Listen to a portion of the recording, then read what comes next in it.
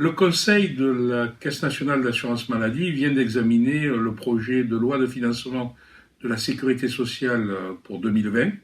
Il va maintenant être examiné par le Parlement. Le problème de ce projet de loi, c'est qu'il n'assure nullement le financement des besoins de l'assurance maladie. Au contraire, c'est un projet de loi de récession et qui va poser et aggraver un certain nombre de problèmes que connaît notre système de santé.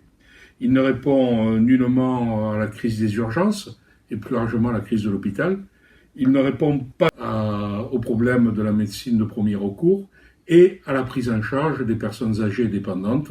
On sait que la situation des EHPAD a été reconnue par tous comme insupportable en termes de moyens, mais il y a aussi la question de la prise en charge à domicile. Le gouvernement a dit qu'une des solutions pour un meilleur accompagnement des personnes âgées, c'était aussi de favoriser le maintien à domicile quand c'est possible.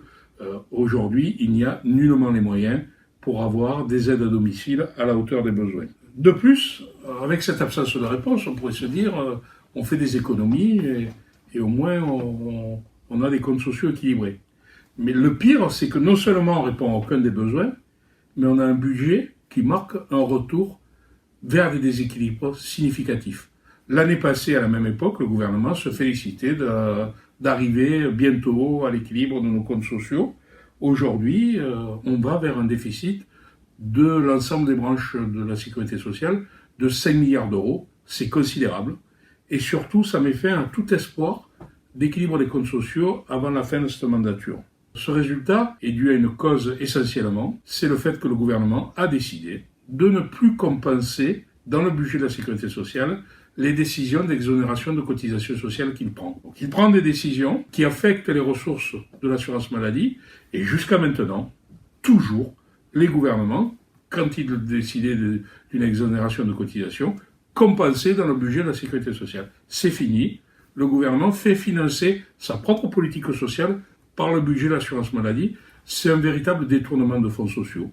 C'est aller piquer dans la poche des assurés sociaux pour financer les baisses d'impôts et les choix du gouvernement. C'est une rupture de notre contrat social.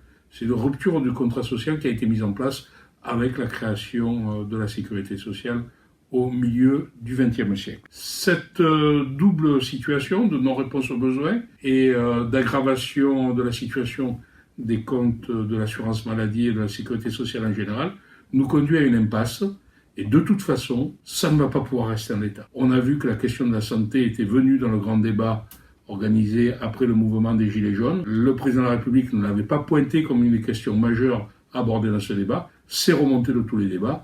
Les habitants de ce pays sont très inquiets sur leur capacité d'accéder à des soins et d'avoir des soins de qualité. Conduire l'assurance maladie à la faillite tout en réduisant les moyens de notre système de santé, c'est pas supportable et ça ne sera pas supporté.